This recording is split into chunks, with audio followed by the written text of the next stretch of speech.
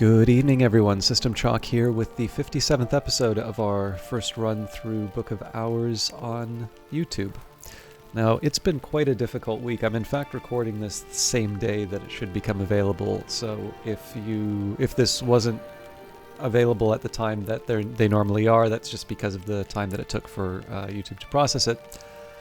And I'm going to try and not let the difficulty of the weekend get to me, but I am just a little conscious of the fact that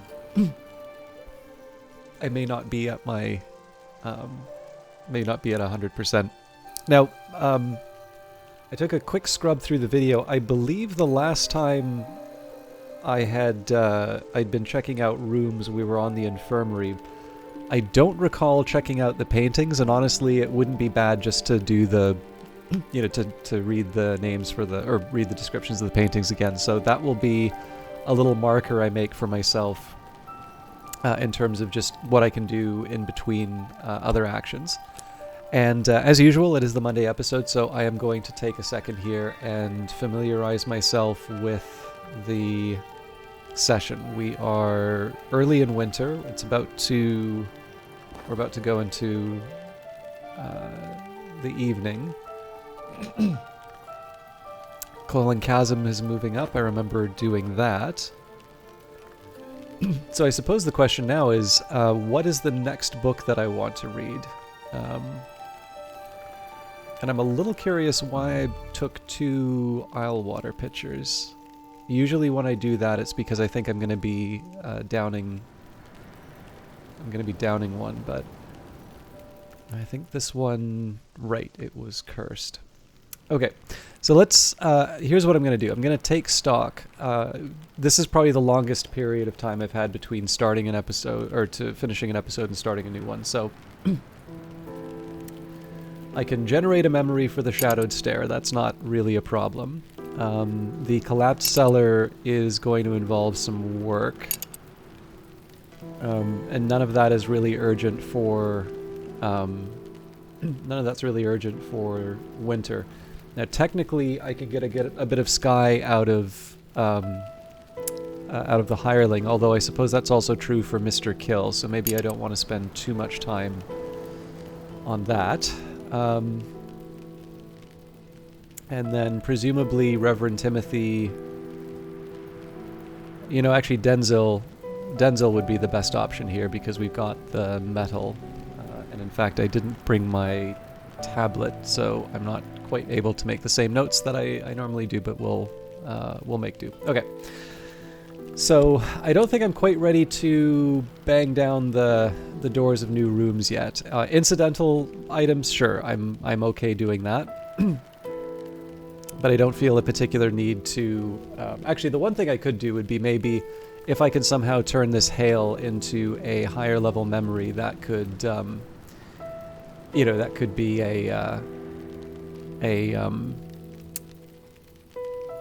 an input to the Shadowed Stair. That would be the most sensible use of it. But again, I do want to take a quick second here. So, Rakashas, I think that's the first time I've ever pronounced that close to what it should be. So that one, if I recall correctly, was the same as whatever scale text we had read before, the one that gave us Coil and Chasm. Old Coppernose and the Softer Metal. Now this one is always a tricky one for me because it feels like I should be closer to it than I actually am. But with Transformations and Liberations, we're at 4. With the Foresight, we would be up to 6. And with the Metal... Oh no, we would be up to 8. Okay, so the question then is, would I be able to... yes, and I will be able to take this overnight with me and the Motley Bed. Okay, so we definitely know what we're doing next. Now, I seem to recall these ones were a question of me getting lucky, but of course we do the ones that we know we can do first, simply because we may wind up getting a memory that unlocks those for us. So I have a bit of a sketch in terms of how I'm going to handle the next day, so we will carry on. Dusk, night has fallen, dawn will come soon. So let's just tuck away the Foresight for starters. And we are getting Fusine lessons. Oh, that's right. So that's going to open up a whole lot as well. So let me shift that one to the left here. Everything's... Yeah, I should do a better job of combining all the Fusine texts at some point. Alright, this skill is now level 3. Its power aspects have also increased. So with Coil and Chasm, we've got 4 in terms of scale, 5 with the health, 6 with the Hourglass, and then we move up to 8 with the Earth Sign. And as it clarifies, the tincture vibrates judderingly. This is called growling. I might have also blown it in terms of preserving the hail. So I was going to try and look at these paintings, but maybe I'll mess around with the... I think the drum's probably my best bet here. Does the cheerful... I don't think the cheerful ditty gives me quite what I want.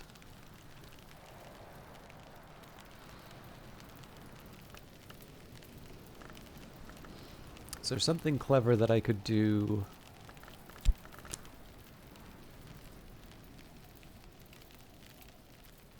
Well, I mean, I suppose it's music as an input that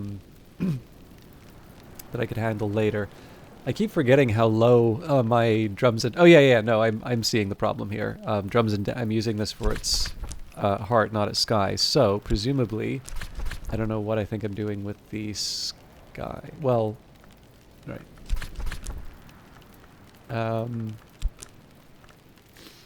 Excuse me. Okay, let's find something music-oriented. Strings and songs.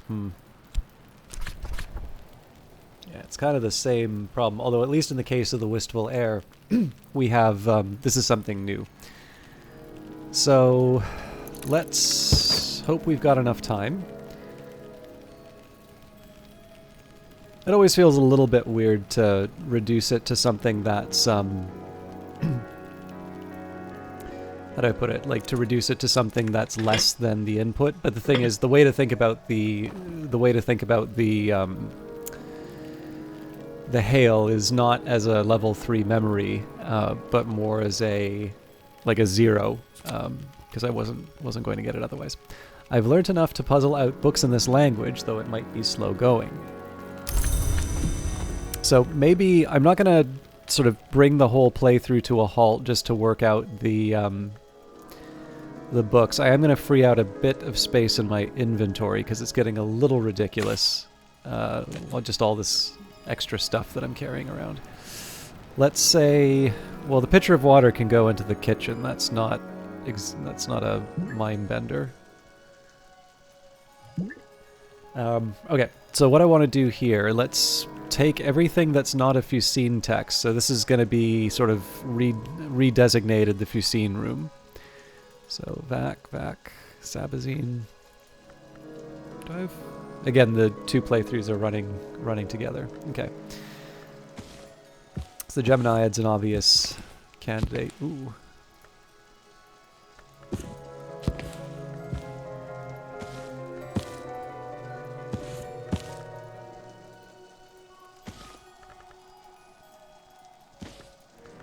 Okay, that actually works rather well.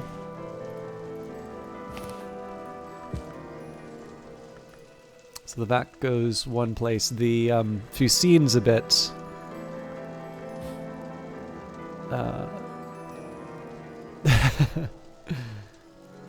That's 14. Yeah, both of these are quite high level. So let's find one that's lower level. With Winter and... Sorry, I said I didn't want to put the playthrough on hold, but I do actually need to find a place to store this stuff. So with a Moth, 5, 7, yeah, we can definitely handle the Moth. So I'll move both the Silver and the Iron Book down just so I have a little more space.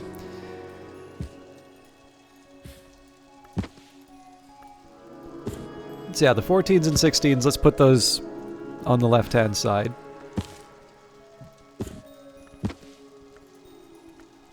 Gemini might be something that can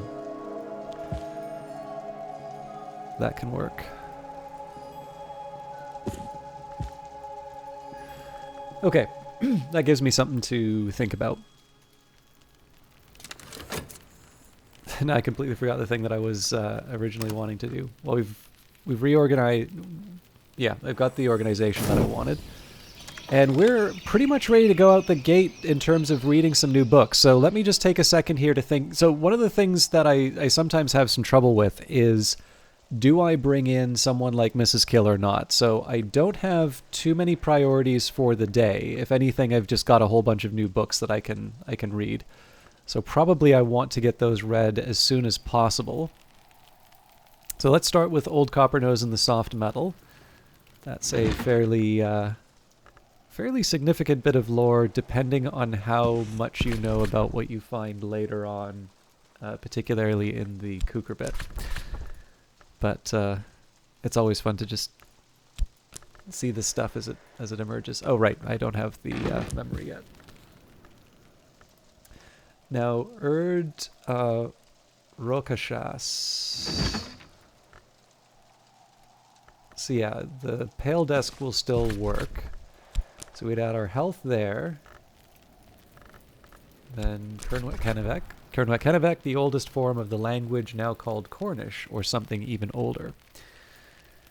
So for that, we would add, presumably, Coil and Chasm. Nope, maybe Serpents and Venoms? Doesn't really matter, they're both effectively the same. But I know I won't need the nectar for the next little while. Excuse me, the nectar for the next little while, and we got a recipe out of that, no less. So we're one short. No, we're not. We've already got the 2 from Hennebeck. So yes, we need the Earth Sign, and then we add the Serpent-style glass. Carved snakes writhe down the frame. A prominent inscription reads, "To the librarian Gervinius, in earnest of our wager." Now, there was a couple of things that I wanted to talk about which weren't necessarily about... and if I want, I can make the old moment. Oh, that would be interesting, actually. So, no, because if I add the book, it's always going to give me the option, so there's no way that I would be able to sneak in the Hennebeck again. I thought I had an idea for something sneaky, but it didn't. I wasn't thinking straight. But yeah, there were a couple of things that happened over the weekend that were kind of relevant to the game I wanted to talk about, but I wanted to try and make sure that we were in a good place just in terms of getting everything set up for the session. Okay, so the Silver Book, I think I can read that without any memories. So we add rights to the roots. Now, whether it's sensible for me to read so many books in one go is another question, but...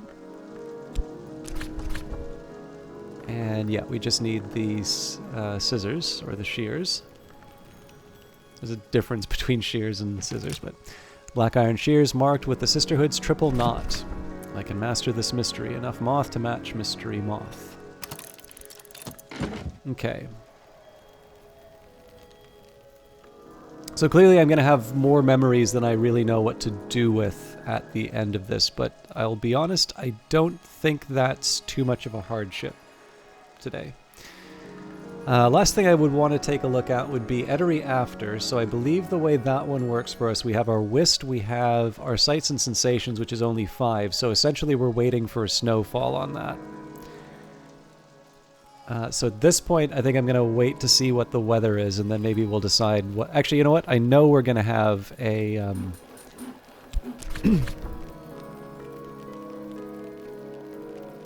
Is there a reason why I would want to use the Arab Plus rather than the Arab?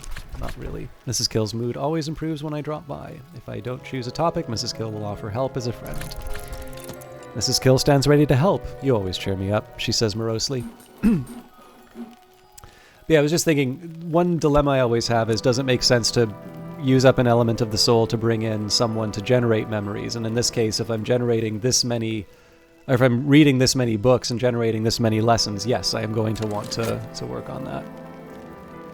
Alright, now we can read Old Copper-Nose. I've carried a memory like a flambeau safe through the mazes of night.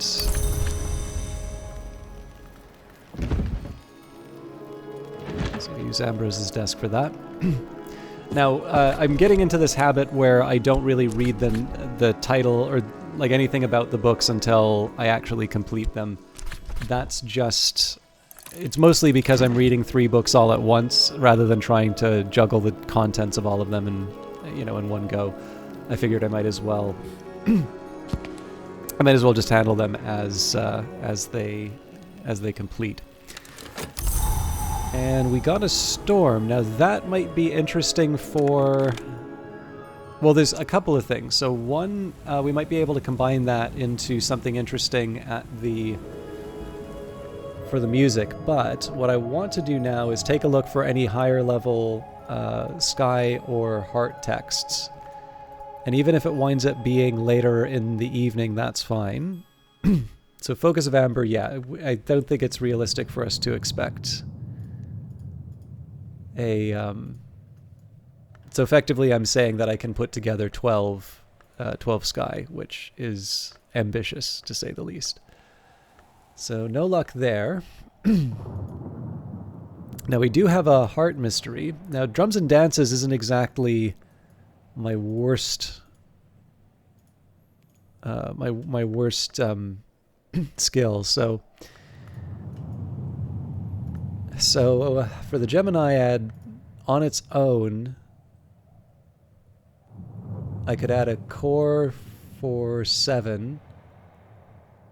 Then a memory for 9. Yeah, so the Geminiad one really should be down here on the this is easy pile. That'll probably be true for number 2 as well, because Desires and Dissolutions has the benefit of a pretty strong Arab with it. And the Moth is actually the Moth is a little bit more of an open question, so let's actually reason that through right now. So we were able to get 8 without a memory. With a memory, we could put that up to 11, but we need 12. So let's see how the day shapes up. So yeah, I'm going to need to pick how I want to use the storm, and a large part of this is going to... Or actually, the other thing I can do is finally read De Motu Corporum Veditorum, which maybe I should be able to read already. No, because the Faust... First of all, I don't have the Faust. Oh, that's interesting. So even now, with Sights and Sensations, because my Faust is taken up, I am not actually able to read that book. Well,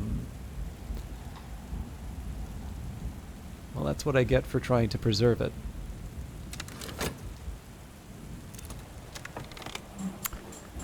Okay, let's have a chat. Now, one of the things that kind of happened over the course of the week in university, so I'm sure most people who got to university have a similar experience where they will make you take breadth courses, and this basically means that rather than just simply, even if you're going to do, film or something like that from the very start, the whole point of a university education is sort of learning tools for thinking. It's not just vocational training. And so as a result, they want to make sure that you're doing more than just focusing on that one topic. And,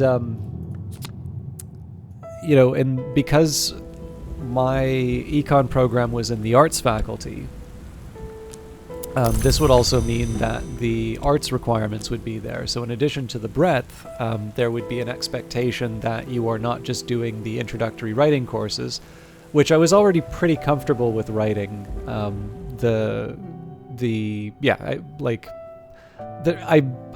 of the type where I feel there's always room for improvement, but it's like of the classes that would give me a bit of a worry. Let's say that's not the main one. Now I'm wondering, actually, now that I think of Wistful Air,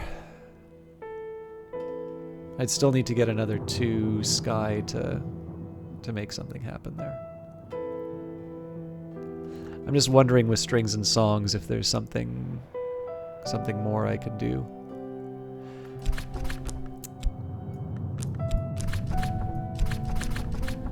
Okay. brush a light with the feather and see some dawn essence drip. Okay, so this gives us enough, but we would need to add... Actually, that's one thing we could probably do right now. I think it's St. Januarius.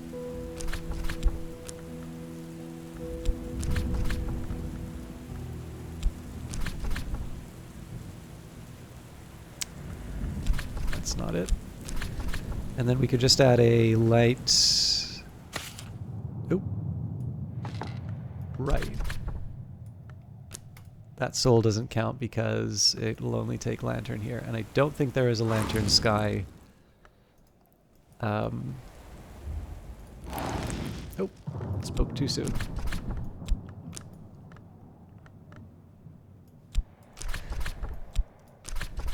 This is me getting completely distracted. Just... Okay, there we go. The Ichor Auroral. That's a nice to know, but that's definitely not important right now. But yeah, so, you know, the writing stuff wasn't a major worry, but as is at least my way when it comes to these courses, like, I don't like looking at them as a, you know, an interruption to my plans for education. Wait, what did I think something different was going to happen with this?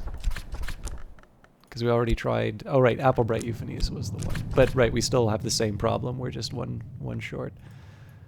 Now, I could, in theory here, if I had my application... Yeah, I think the problem here is... I still need to generate a memory. So that might be something I can do with Mrs. Kill later.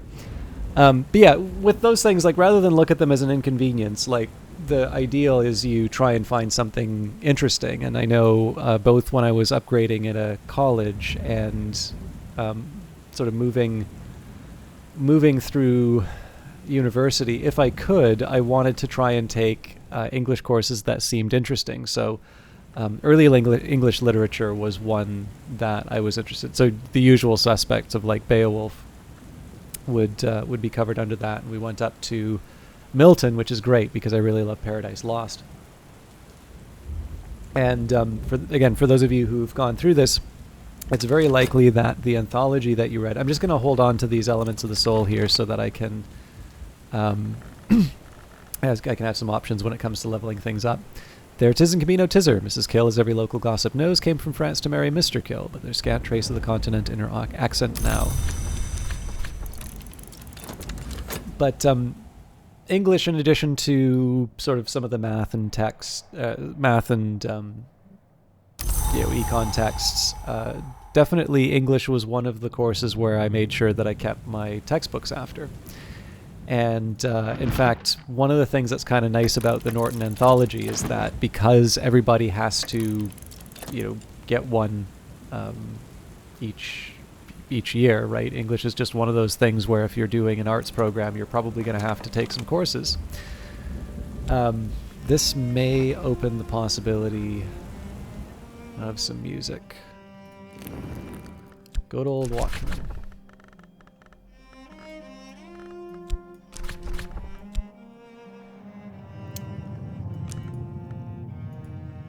But that won't work because I can't put multiple memories in.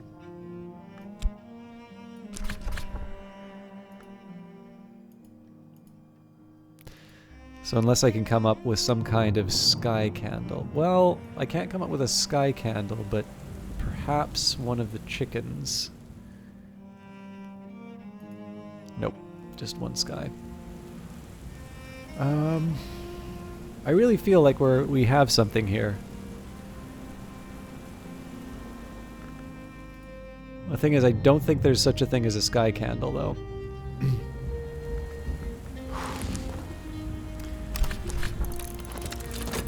But yeah, so if you like picking up used books, those kinds of textbooks are really great because there's a lot of them, and that means that the price will go down, particularly for the old editions. And so I was sort of motivated to pick up, well, particularly just because of my own interests. I think it's volume C, which was just after what I needed to take in university. But yeah, I was definitely inspired to pick up the rest of the series just because I wanted to read more. So I picked that up again recently, just because again it was a rough weekend, but I wanted to try and make sure that I spent some time on something for myself. And it starts with Cadman's hymn, and I remembered one thing that really struck me about it, and it's a bit of a shame that I sort of stumbled my way through this first episode. I'm going to need a minute just before I start reading the text. But it actually kind of gave me a new appreciation for a little bit of what's probably going on in Book of Hours that I didn't quite pick up on. So I think for 50-ish episodes now, I've kind of demonstrated that I have an interest in sort of classics in the ancient world, and I have a little bit of an understanding in terms of how some of those writings, particularly the Neoplatonists, relate to later writings that would maybe be more points of inspiration for the types of secret societies that would be the inspiration for Cultist Simulator. And of course, there's that whole problem where when people are thinking of a cult, depending on what country you're in, you will have two very different images in your mind when you think about a game about cults. So this is definitely not like drinking Kool-Aid, sort of a game. And one of the things that's a bit not strange for me, but one of the things that I kind of fail to appreciate as a Canadian, because of course I'm from quite a young country, at least the country as it is, and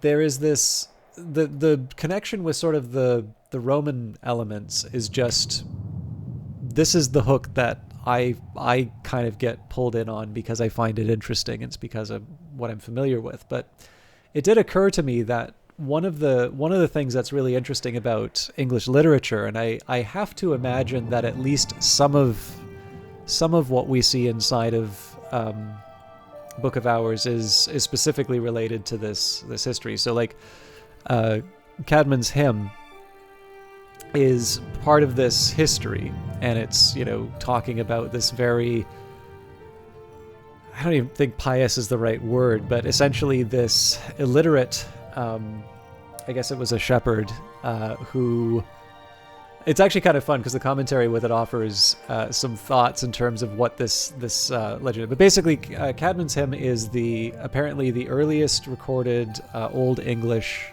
verse.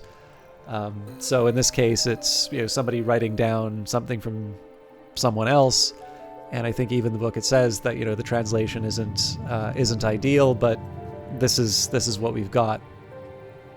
And again, you've got this figure who, so this would be probably around 600, 700, and apparently this person who's never sang once when the harp was being passed around and everybody was expecting to play,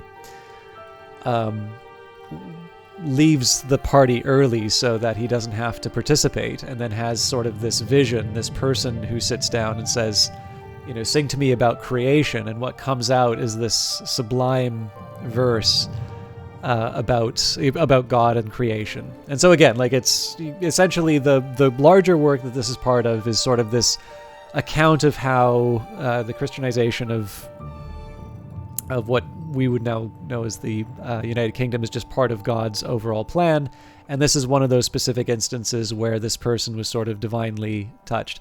And it's an example of some of the old, even pagan songs being repurposed for Christian verses. And so the idea that I think one of the commentaries on it says is that this that the singer basically hid the fact that they knew all these bawdy songs from the monks, and when it came time to account for the fact that he's now written these beautiful Christian songs, it's divine inspiration as opposed to him having previous practice.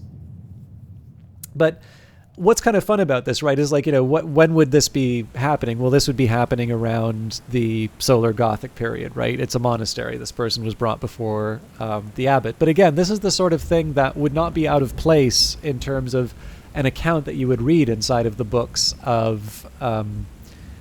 inside of Hush House. You could imagine, seeing a Solar Gothic book, translating it, and you wind up getting the book that has that particular passage in.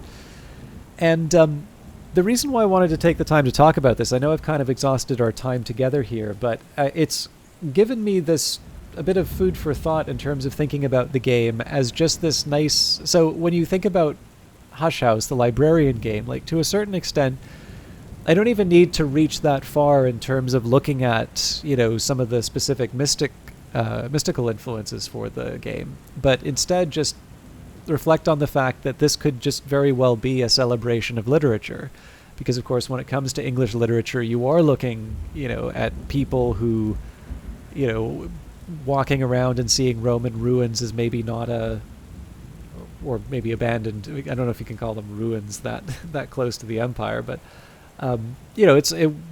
this is right, the Romans were there, and this is a thing. The Mithraeum is down here because that's Romans built Mithraeums.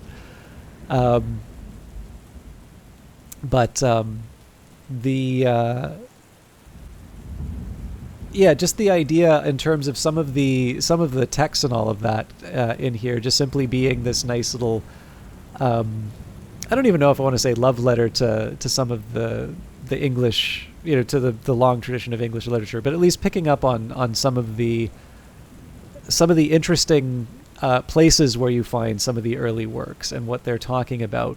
It's something that maybe I wasn't immediately conscious of when I was first playing the game, because again, I don't sit down and really think about Old English literature. I like it, but it's not something that immediately comes to mind the same way that when I'll read about, the pre-Socratics or something like that, I'll be like, oh yeah, this is or like the idea of like the dry lake, right? Lake Fusino, I think it is. Like the idea that this is a real place, and I think there's some archaeological discoveries there. That's a little bit more... that's a little bit more immediately familiar to me. But of course, because the developers of this game are from the UK, and I know one of them did their studies in English at a very good university, but both of them, if you've ever listened to Skeleton songs, you know that both of them know their words well. It wouldn't surprise me if some of the things in here are really just reflections of a close and deep reading of English literature, going all the way back to the old English.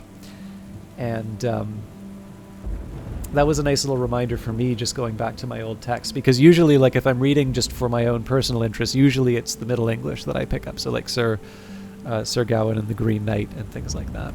Anyways, let's read the books that I have here, and then we'll work out the game plan on Wednesday's episode, because I don't want to keep these videos too long, particularly because I'm recording them so close to release time. So, Erd Rakshas, an anonymous confessional account of unsanctioned activities by the nuns of St. Brendan's. The title is a Hennebeck phrase that might be translated as "the spirit flees the shadowed places." The author writes guiltily of her dealings with the Hill Children and Carapace relics. She suggests she herself has a connection with one of the Carapace kinds. Most of these dealings are trivial, but she claims to have arranged the death of the martyr Lord William de Braose, called Black William. De Brause's wife Ava evidently seeks the abbey's help to free her from her hated husband. Subsequently, he is found in the bedchamber of the wife of Llewellyn the Great, Prince of the Welsh, while attempting to negotiate the marriage of his daughter, also Ava, to Llewellyn's son. Llewellyn takes this badly. De Braose is hanged. The elder Ava inherits his estates and makes a substantial endowment to St. Brendan's. In the author's telling, De Braose was innocent of all but cruelty, and the adulterer found in the bedchamber was a shape-changing undergoer. Okay, there is a heck of a lot to unpack there, but I am conscious of the time that I have, so let's get the stone story. So that's Nectar and scale, and I don't believe we have that, so that'll basically be a bit like getting Coil and Chasm again. And, okay, where is the... Maybe it was Satisfaction that came out of that?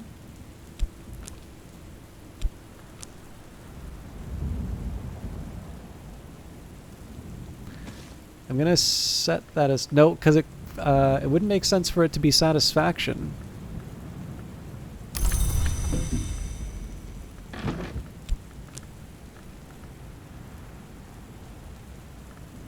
Okay, that's definitely one I would be willing to read again just to make sure that I'm not missing something obvious. Oh, I think I know what happened. So, Edicts Liminal. Probably the Silver Book had the same result. So, a manual of the Order Limea, order of quasi-immortals who maintained a secret enclave at the source of the river Limia in the Roman province of Hispania Gallicaea. This manual was compiled by one Burzgash, who explains that he came to join the Ordo from the city of Messenger Eagles after he abandoned the service of the Ivory Dove. Members of the Ordo took an oath, the Silver Chain, that forbade men to lie with women or women with men. For what may come is not always a crime. Is not always the crime of the sky. Yet that is a furious danger. It was apparently permissible for men to lie with men and women with women. In fact, Burzgash suggests that this should be encouraged to distract from other temptations. The manual prescribes potential countermeasures to protect those who might be tempted to go against the oath: masks, disfigurement, severe poetic disciplines. Those who do break it are to be punished with death, although there are lesser punishments prescribed for various acts that don't involve actual coitus. Death is to be administered with the glassfinger toxin, which can be created with the assistance of the techniques described earlier in the manual, with sufficient knock aspect. So, knock and moth. Nope, so this couldn't be an overlap. Or could it? Yeah. So this was almost certainly both of these were impulse. Which I believe is a big stack already. I think all of these are impulse.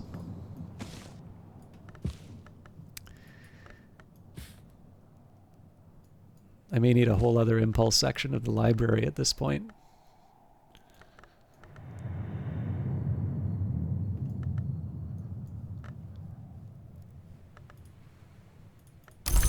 Okay, so that's a little inconvenient to deal with. Let's see how I can make this happen. So I think Stone Stories, it's a bit much to...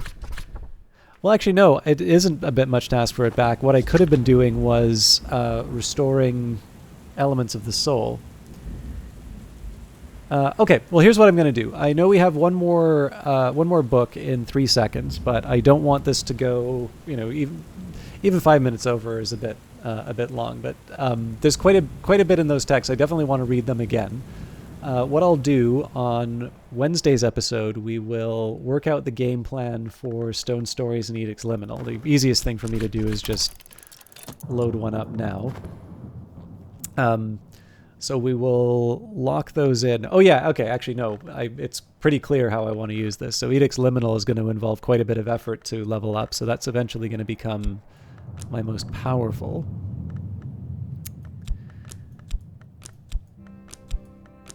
And then... yeah, okay, I have a game plan. But yeah, we'll read the last book at the beginning of the next stream.